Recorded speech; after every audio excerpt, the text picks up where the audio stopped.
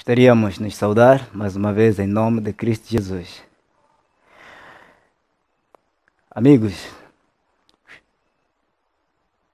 é sempre um prazer ter-vos em nossa companhia ao estudo da Palavra de Deus. Hoje eu gostaria de partilhar com vocês um assunto muito importante e interessante. O assunto sobre a presença de Deus, de Jesus e do Espírito Santo.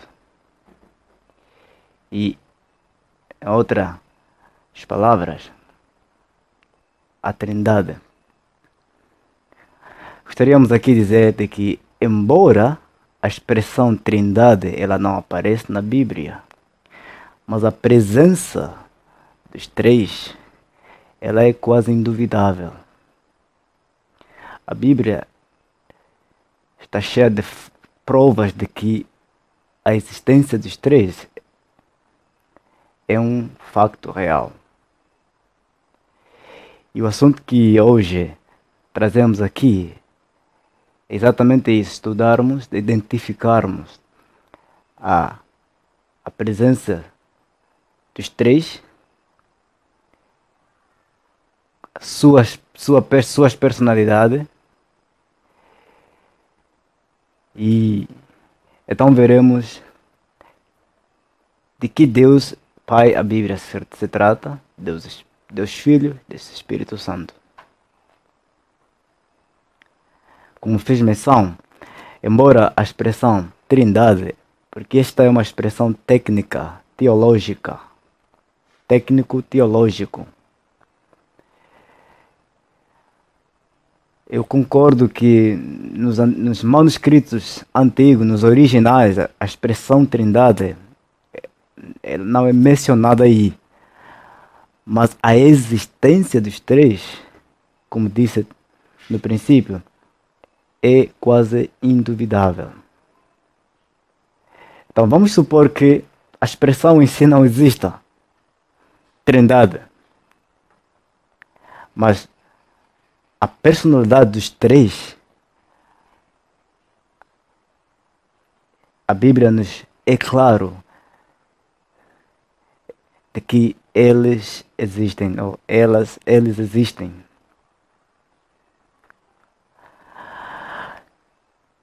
Gostaria de introduzir o primeiro capítulo do primeiro livro da Bíblia.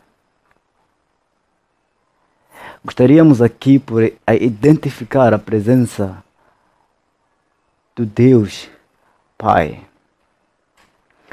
Gênesis capítulo 1, versículo 1, lemos o seguinte: no princípio Deus criou os céus e a terra.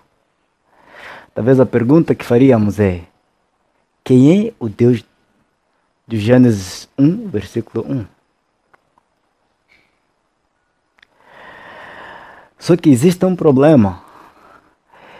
O problema é que, como nos diz o termo no original, Elohim, a forma, a pluralidade, a forma plural do nome de Deus,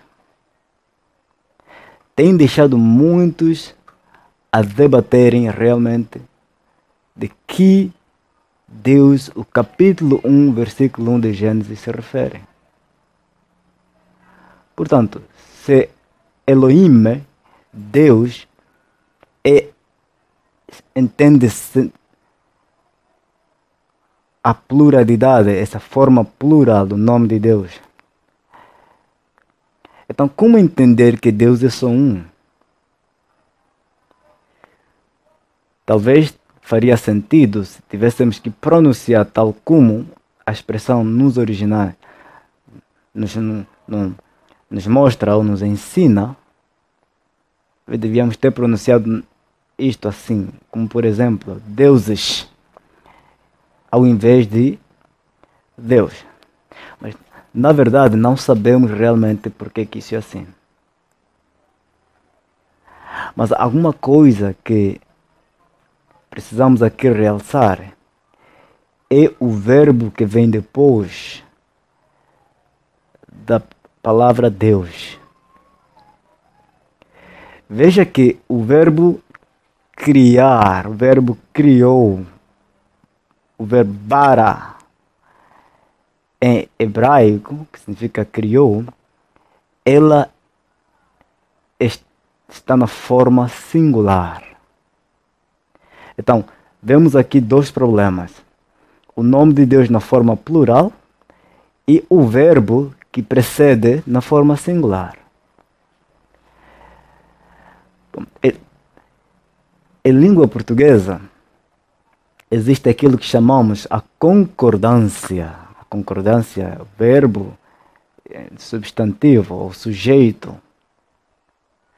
Então, nesse caso, tivemos que partir no ponto de vista original, vemos uma discrepância. A pluralidade, Deus, Elohim, e o verbo que precede, que está na forma singular. Então, para entendermos de que o verbo dá sentido, o verbo identifica realmente de que Deus, o versículo 1 de Gênesis 1 se refere, o único Deus. Lá em Deuteronômios,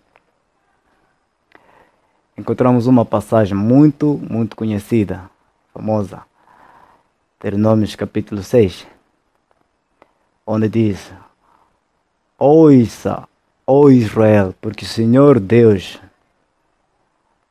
é o único Deus todo soberano. Portanto, o capítulo 1 de Gênesis identifica primeiramente Deus como soberano criador dos céus e da terra. No princípio, Deus criou os céus e a terra. Um outro elemento aqui a frisar com relação à concordância do verbo e o sujeito, maneira como o verbo explica de que este Deus é o único Deus todo soberano, é o versículo 26. E daí então que eu gostaria de introduzir um outro elemento da divindade. Porém, antes que leiamos o versículo 26, gostaríamos de ler o versículo 2 de Gênesis 1. O versículo 2 de Gênesis 1, capítulo 1, introduz-nos a segunda pessoa da divindade, o Espírito Santo. Veja que o texto diz: e a terra era sem forma e vazia, e houve uma densa escuridão sobre a face da terra, e o Espírito de Deus se movia sobre a face das águas. Então, nós vemos aí no versículo 1 a presença de Deus, o Deus Criador, o Deus Soberano, Deus Mantenedor. Porém, no versículo 2 nós vemos a presença do Espírito Santo, o outro elemento da divindade. É interessante quando a gente passa para o versículo 26, nós vemos aí Deus na criação do homem, a inclusão. Uma expressão na forma subentendida, incluindo o Espírito Santo, expresso no versículo 2, e mais a presença de Jesus. Porém, não encontramos de uma forma detalhada, não encontramos de uma forma clara a presença de Jesus. Um outro verso encontrado num outro livro da Bíblia nos vai claramente dizer esta pessoa incluso no termo façamos. Veja o que o versículo 26 nos diz. E disse Deus, de novo, vemos a expressão Deus, no forma plural, como nos diz o termo original hebraico, precedido de um verbo na forma singular, disse. Forma singular passada. E disse Deus. Referindo ao único Deus, o Deus Criador. Façamos. Daí que nos deparamos com um outro problema. Disse Deus, façamos.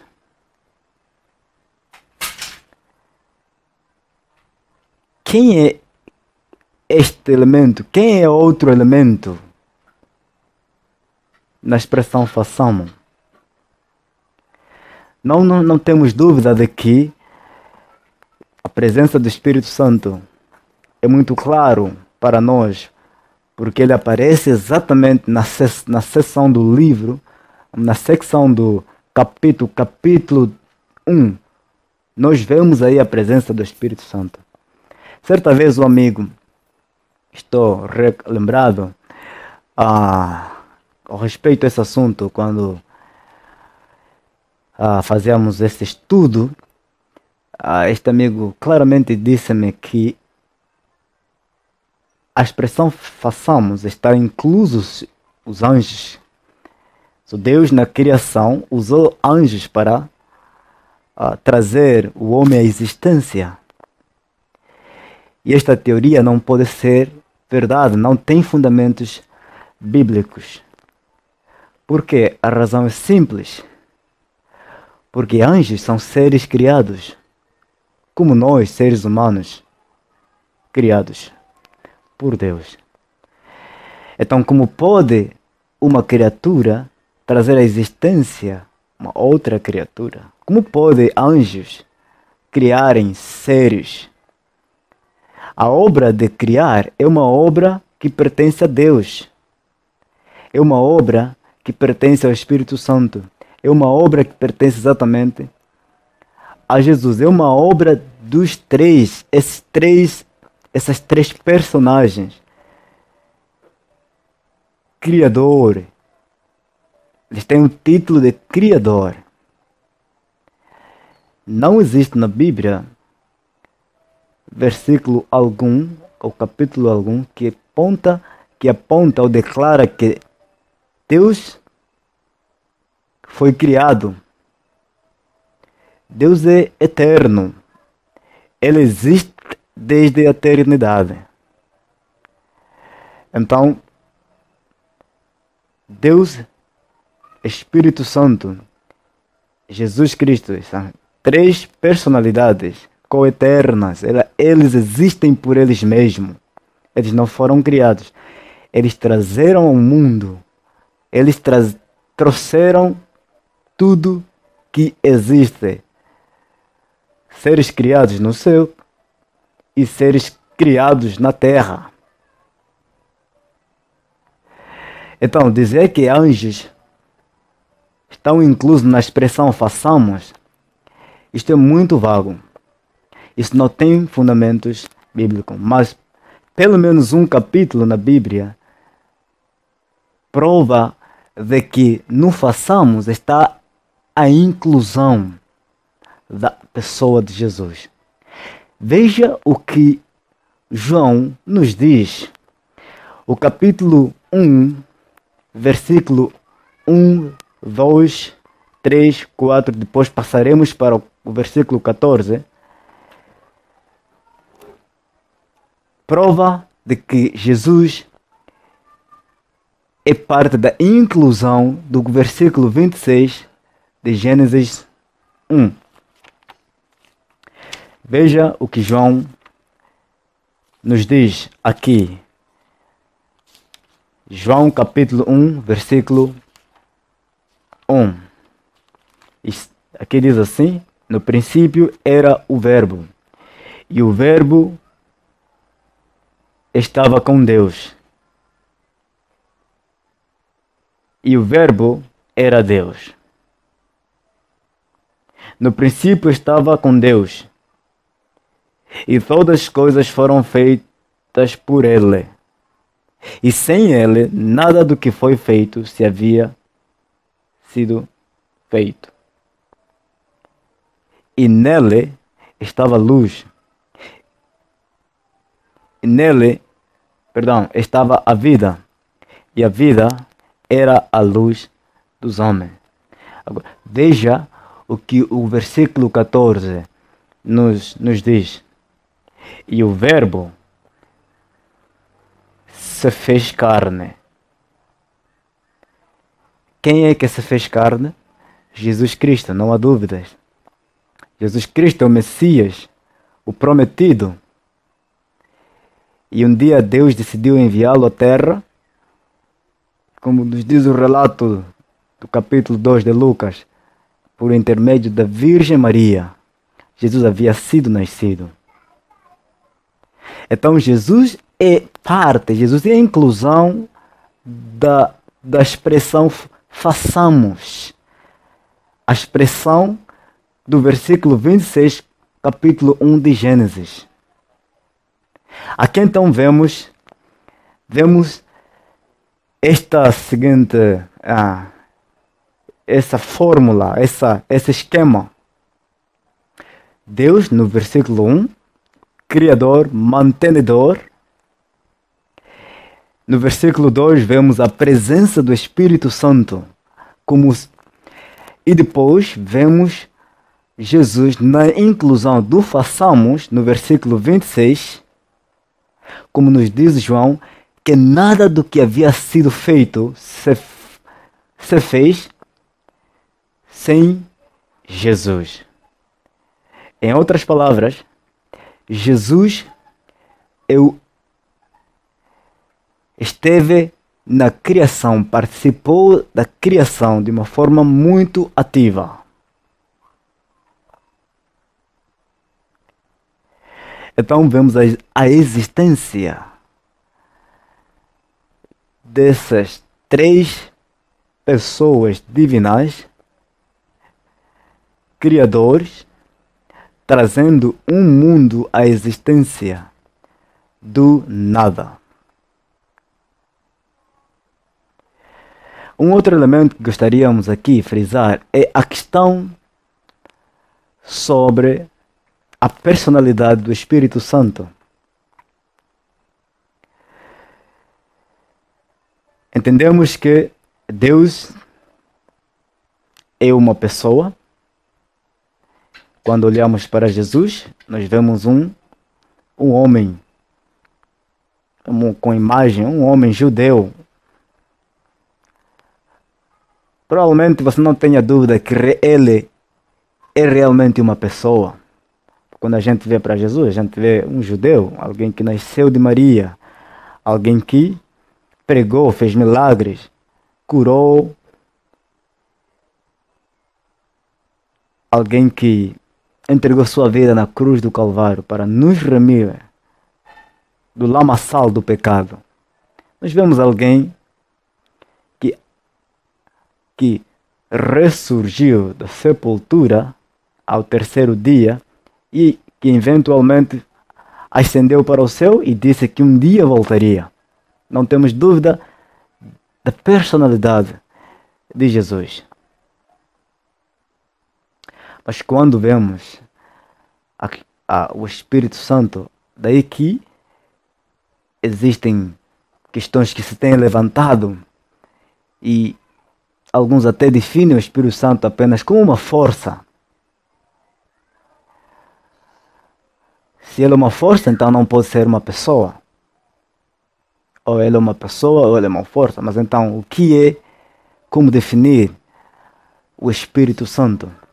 Parte da divindade, parte dessa trindade, assim, se pudermos chamar.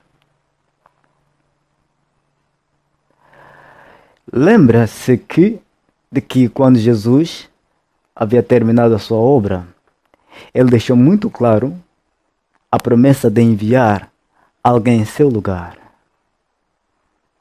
o capítulo João, o livro de João, de novo, o capítulo 14, versículo 26, gostaríamos de ler o seguinte. Aqui vai uma declaração muito forte feita por Jesus antes, prometendo de que uma vez que ele fosse ao céu, ele enviaria alguém em seu lugar. Lembre-se de que Jesus não estava falando de uma força. Jesus estava falando de uma pessoa, de alguém que viria como uma pessoa. Jesus havia terminado a sua obra salvífica e que era o tempo para ele ascender aos céus. Lembre que Deus, por causa do amor profundo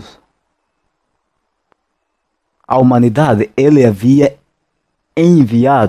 tinha enviado a Jesus para salvar o homem do lamaçal do pecado.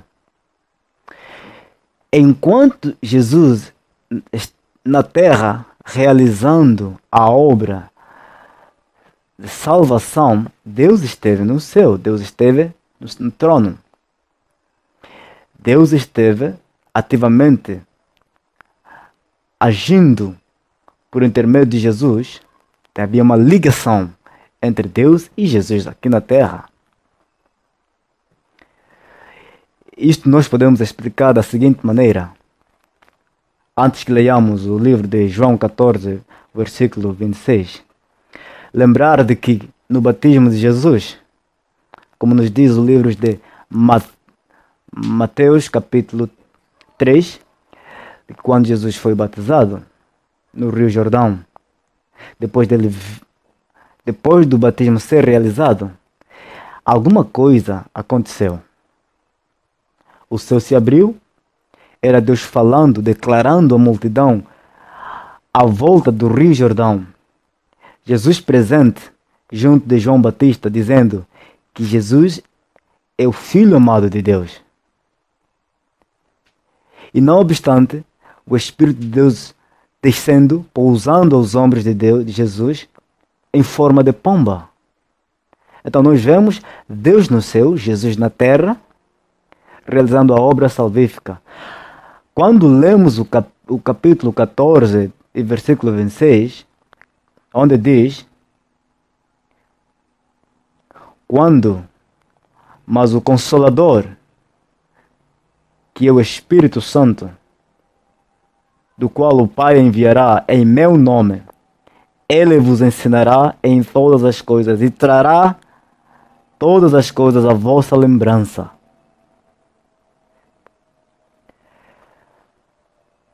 O Consolador. O Consolador. A palavra Consolador, ela vem do grego, que é o Paracleto. Paracleto nunca é definido como uma força, mas uma pessoa. Então, Jesus estava aqui a dizer que sua obra estava terminada e que ele iria para os céus, junto de seu Pai, e que seu Pai enviaria a terceira pessoa da divindade para trazer a lembrança aos seres humanos os ensinos que Jesus havia passado. Qualquer um que viesse ao contato com a palavra de Deus, o Espírito Santo, teria a lembrança impressionando a mente do pecador a entender de uma forma muito clara e levando-o ao arrependimento, junto aceitando a graça, o perdão de Deus por intermédio de Jesus. Então, o Paracleto nunca é definido como uma força. Realmente, o Espírito Santo é uma força poderosa de Deus, mas na verdade ele também é uma pessoa. Por que é uma pessoa? Porque Jesus disse que Ele é um consolador. A palavra Ele, em grego, ela define-se como um pronome pessoal. Quem? Ele. Ele quem? O Espírito Santo. Então não é ele uma força, não é ele, talvez, alguma coisa sem sentido, mas ele, uma força divina, ele, uma pessoa, porque ele, pronome pessoal, realmente é uma personalidade, é uma pessoa. Se ele é um consolador, então o consolador, aquele que nos guia, aquele que nos conduz, aquele que nos convence, é realmente uma pessoa. Portanto, nós vemos aqui estas três pessoas coeternas. Elas existem desde o princípio de todas as coisas. Eles trabalham unanimemente. São tão unidos de que o plano de um passa a ser o plano de todos. Ativos na criação, nós vemos na criação, presentes na criação, presentes na história da redenção. Em momentos, em épocas diferentes, cada um deles desempenhou um papel muito importante. Então, nós temos Deus, o Deus Pai, o mantenedor, aquele que mantém, tem tudo ao seu controle. Porém, Jesus veio à Terra no plano da salvação como nosso Redentor, nosso Salvador. Agora, existe uma coisa que nós precisamos saber aqui. Quando nós falamos no plano da salvação, nós vemos a discrepância entre eles. A discrepância no plano da salvação é de que o Deus Pai, ele age como o mantenedor, como aquele que está no controle de tudo. E Jesus, como o Redentor, Filho de Deus, para salvar o homem, Filho de Deus, para salvar o homem do pecado, aquele que havia sido enviado por ele como uma oferta, um sacrifício vivo. E vemos então o terceiro elemento vindo a desempenhar um papel muito importante, que é de nos conduzir, nos convencer, de trazer-nos ao arrependimento, uma vez que confessamos o perdão de Deus e a misericórdia que Ele nos pode conceder nos méritos de Cristo Jesus. Desde então que Jesus ascendeu ao céu, que o Espírito Santo tem vindo à terra. Quando é que isso aconteceu? Exatamente no dia do Pentecostes, como nos diz o livro de Atos capítulo 2. Que ao dia do Pentecostes, Deus havia determinado o momento em que o Espírito Santo pudesse cair de uma forma poderosa. E desde então, desde aquela data até os dias, até a presente data, o Espírito Santo tem desempenhado esse papel importantíssimo de trazer os homens ao arrependimento. Por isso é que hoje nós vemos pessoas que eram tão ruins, assassinos, bêbados, drogueiros, chefes de quadrilhas. Quando eles vêm no contato com a palavra de Deus, o Espírito Santo tem trabalhado trazendo essas pessoas ao arrependimento. E daí então que a gente vê pessoas que eram bandidos se tornando mensageiros, missionários, testemunhando o poder milagroso que tem acontecido na vida deles através desta obra maravilhosa que o Espírito Santo tem desempenhado desde então. Nós vemos a presença dos três na criação, vemos a presença dos três na história da redenção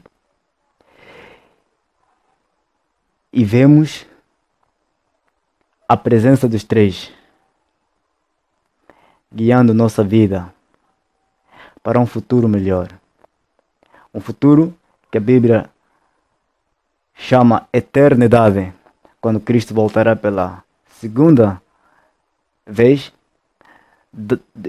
concedendo assim o galardão a todos aqueles que confiaram na sua promessa. Prezados amigos, é induvidável, é quase induvidável, ou é impossível negar a existência dos três, porque a Bíblia nos claramente afirma de que Deus Pai, Deus Filho, Deus Espírito Santo, elas são três personalidades que coeternas, pessoas que existem por elas mesmas, elas nunca foram criadas. Eles têm o título de Criador. E veja o que Mateus 28 nos diz. E esta é uma grande declaração, porque quando Jesus vai para o céu, ele disse que ninguém seria salvo, ninguém seria batizado se não admitisse, se não reconhecesse a presença dos três. Veja que o livro de Mateus nos diz, capítulo 28, versículo 19, versículos 19 e 20. Mateus 28, versículo 19 e 20. Aqui tomamos a leitura.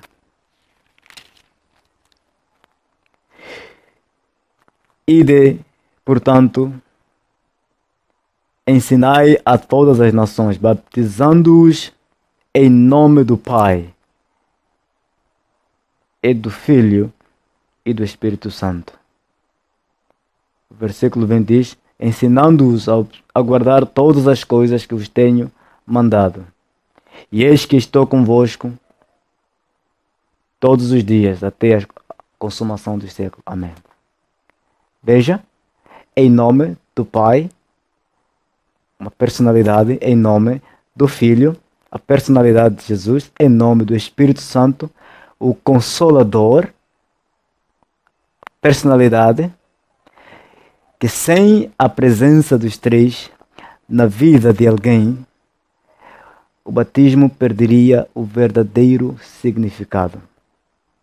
Veja que Jesus está dizendo que todo aquele que vem a Ele, aquele que aceita a graça de Deus, por intermédio da salvação concedida em Jesus, deve reconhecer que o Espírito Santo é o Consolador, a pessoa poderosa que convence, que guia, que traz a lembrança todas as coisas que o Senhor tem ensinado para serem observadas no processo de crescimento espiritual. A Trindade é um facto real, porque a existência dos três é muito patente na Bíblia. E Deus tem um plano maravilhoso com cada um de nós. O plano de sermos salvos, receber a misericórdia de Cristo Jesus e a constante companhia, a unção, a bênção que o Espírito Santo pode conceder em tua, em minha vida. Eu realmente acredito que a presença de Jesus, de Deus em minha vida, ela não é completa se eu não a aceitar, se eu não reconhecer o sacrifício de Jesus na cruz do Calvário. Ainda mesmo assim, ela não é completamente, ela não é completa se negar a existência do Espírito Santo como uma pessoa que guia, uma pessoa que consola em minha vida. Amigos, este então foi o nosso estudo para hoje. A existência das três pessoas coeternas. As pessoas, a pessoa de Deus, a pessoa de Jesus Cristo, a pessoa do Espírito Santo. E a expressão que mais conhecemos, que é a Trindade, e que muitos se levantam lutando de que não se devia aceitar esse tipo de ensinamento porque ela vem de origem pagã. Isso não é verdade. A Bíblia nos diz que essas três pessoas existem. Pessoas totalmente separadas, personalidades diferentes, e cada um desempenhou um papel muito importante no plano da criação e também no plano da salvação. Não obstante o termo, vamos aqui esquecer o termo técnico, teológico, não obstante o termo não aparecer nos originais, mas a presença, queremos aqui enfatizar, a presença dos três, ela é induvidável na Bíblia. Que Deus te abençoe. Eu espero voltar a vê-lo nos próximos estudos que teremos. E que Deus possa continuamente conceder o Espírito Santo na interpretação da sua palavra. Estaríamos mais uma vez a orar. Pai Santo, Pai Eterno, Pai Amado, queremos te agradecer uma vez mais pelo estudo da tua palavra. Obrigado pela esta revelação que o Senhor nos tem dado através da sua palavra. Nós aprendemos de que a presença de Deus, a presença do Espírito Santo, assim como também a presença de Jesus Cristo na Bíblia. Essas três pessoas coeternas que participaram ativamente na história da criação e também na história da redenção. Suplicamos, Senhor, que ajude-nos para que possamos compreender de uma forma muito clara o plano que o Senhor tem para cada um de nós. Ajuda-nos a colocarmos Tua palavra em nosso coração para que a gente não possa pecar contra Ti. Suplicamos, Senhor, que nosso coração possa ser realmente essa casa de Deus, essa casa de Jesus, esta casa do Espírito Santo Consolador. Obrigado por ter ouvido nossa oração. Suplicamos uma vez mais esses favores nos méritos de Cristo Jesus. Amém.